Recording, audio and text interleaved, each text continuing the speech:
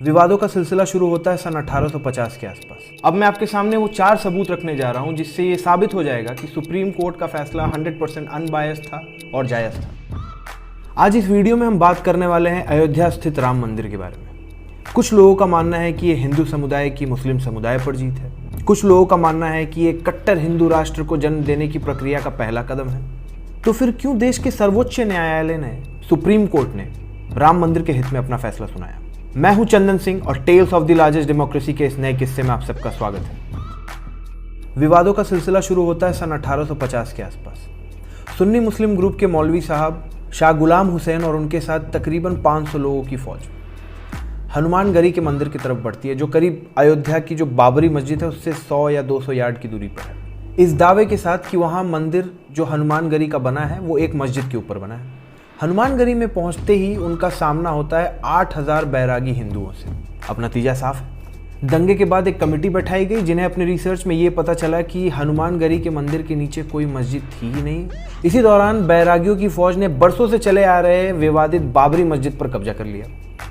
लेकिन उसके बाद नवाबों और ब्रिटिश राज के रिक्वेस्ट पर उन लोगों ने उस जगह को खाली कर दिया और छोड़कर वापस हनुमानगढ़ी की ओर बढ़ गए। फिर 1859 में अंग्रेजी हुकूमत ने बाबरी मस्जिद को 2 हिस्सों में बांट दिया, एक हिंदुओं के लिए और एक मुस्लिमों के लिए। और उसके बाद छोटे मोटे विवादों का सिलसिला यूं ही चलता रहा करीब 90 साल तक। फिर आता है दिसंबर 1949 का वो दिन जिस दिन हिंदू महासभा के कुछ कार्यकर्ता मस्जिद वाले खंड में श्री राम और माता सीता की मूर्ति स्थापित कर देते हैं। इसी दौरान सरकार बाबरी मस्जिद को डिस्प्यूटेड लैंड घोषित करते हुए गेट्स को सील कर देती है। 1986 में फिर करीब 37 साल बाद पूजा के लिए गेट्स दोबारा खोल दिए जाते हैं। 1990 में मुलायम सिंह यादव की सरकार कार्यकर्ताओं पर गोली चलाने का आदेश देती है और उसमें कई कार्यकर्ता जो हैं मर जाते हैं और उन्हें सारियू नदी में फेंक दिया जाता है। और फिर आता है वो दिन, करीब 2 लाख कार सेवकों द्वारा बाबरी मस्जिद 6 दिसंबर 1952 को तोड़ दी जाती है। इसके बाद जो दंगे हुए, जो फसाद हुए, उसका ज्ञान आप सबको है। 2010 30 सितंबर को इलाहाबाद हाई कोर्ट अयोध्या की ज़मीन को 3 हिस्सों में बांटने का फैसला सुनाती है। फिर इस फैसले को चैलेंज करते हुए सुन्नी वक्फ बोर्ड और हिंदू महासभा इसे सुप्रीम कोर्ट लेकर जाते हैं। और फिर आता है 9 नवंबर 2019 फाइनल जजमेंट। सुप्रीम कोर्ट पूरी की पूरी ज़मीन राम मंदिर के निर्माण के लिए देने का फैसला करती है। अब मैं आपके सामने वो 4 सबूत रखने जा रहा हूँ जिससे ये साबित हो जाएगा कि सुप्रीम कोर्ट का फैसला 100% अनबायस्ड था और जायज़ था। मौलवी अब्दुल गफ्फार ने अपने 1931 के ऐतिहासिक लेख में यह लिखा था कि बाबर काबुल से अयोध्या एक कलंदर के वेश में आए थे।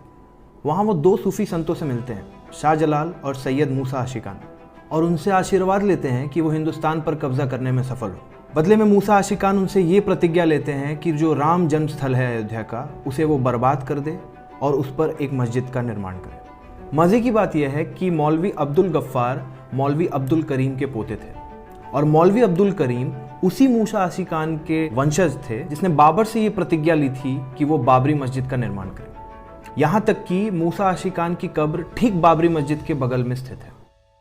आर्कियोलॉजिकल सर्वे ऑफ इंडिया अपनी 1992 की रिपोर्ट में एक पत्थर के बारे में जिक्र करती है। 3.5 बाई 1.5 फुट का ये पत्थर, जिस पर 11वीं और 12वीं सदी की संस्कृत लिपि में लेख होता है 20 पंक्तियों का, और ये विष्णु हरि का लेख होता है। इस लेख में ये बताया जाता है कि रावण और बाली का वध करने वाले भगवान श्री राम। फिर 1975 में ASI को अपने एक्सकेवेशन ऑपरेशन में करीब 14 पत्थर के स्तंभ मिलते हैं। वैसे ही 2 और स्तंभ मूसा आशिकान की कब्र के पास भी मिलते हैं, और ये सारे स्तंभ करीब 11वीं या 12वीं सदी में दिनांकित होते हैं। फिर 2003 में कैनेडियन जियोफिजिसिस्ट क्लॉड रॉबिलार्ड ने साइट पर रेडार सर्च करवाया, जिसमें आश्चर्य करने वाले तथ्य बाहर आए। मस्जिद के नीचे एक पुरानी संरचना थी जिसका ढांचा पूरी तरह से नॉन इस्लामिक था और वो 3 गुंबद वाले बाबरी मस्जिद से कहीं गुना बड़ा था। सिख समुदाय के चारों जन्म साखियों में ये साफ उल्लेख है कि गुरु नानक देव ने अयोध्या के लिए यात्रा की थी और राम जन्मभूमि के दर्शन भी किए थे करीब सन 1510 से 1511 के बीच। और फैक्ट ये भी कहते हैं कि बाबरी मस्जिद को सन 1528 में बनाया गया था। बाबरी मस्जिद को शुरुआती दिनों से ही मस्जिद जन्मस्थान के नाम से जाना गया है। हदीकाए शुहादा और तारीखे अवध जैसे किताबों में ये साफ उल्लेख है कि मुस्लिम शासकों को अपना शासन शुरू करने से पहले जो गैर इस्लामिक धर्म स्थल हैं, जो गैर इस्लामिक कल्चर हैं, पहले उन्हें तबाह करना पड़ता है और उसके बाद वो अपनी शासन की शुरुआत करते हैं। इन दोनों ही किताबों में मथुरा, वृंदावन, अयोध्या, बनारस जैसे कई जगहों के कई धर्म स्थलों को तबाह करने की कहानी लिखी हुई है। रिपोर्ट्स की माने तो भारत में करीब 60,000 से ज़्यादा मंदिरों को आज तक तोड़ा जा चुका है। फसानाए इबरत नामक किताब में ये लिखा हुआ है कि एक महान मस्जिद का निर्माण वहाँ हुआ जहाँ पहले सीता की रसोई थी। जानकारी के लिए बता दूं कि सीता की रसोई और राम जन्म स्थान दोनों एक ही भूमि है। उसमें यह भी जिक्र किया गया है कि बाबर के राज में हिंदू गुटों में इतनी हिम्मत ही नहीं थी कि वो मुस्लिम शासकों का सामना कर पाए। ना सिर्फ मुस्लिम इतिहासकारों ने बल्कि यूरोप और ब्रिटिश इतिहासकारों ने भी अपने लेखों में ये जिक्र किया है कि एक प्राचीन मंदिर को तोड़कर उस पर मस्जिद का निर्माण हुआ है। यहाँ तक कि मिस्टर जोसेफ टाई फेंथलर ने अपने भारत भ्रमण की रिपोर्ट में अयोध्या की जो मस्जिद और मंदिर की जो विवाद है उसके बारे में भी जिक्र किया है। यानी कि ये लड़ाई 1770 के टाइम से चली आ रही थी। इसका जिक्र ये स्पॉटलाइट में सबसे पहली बार 1855 में नहीं आया था।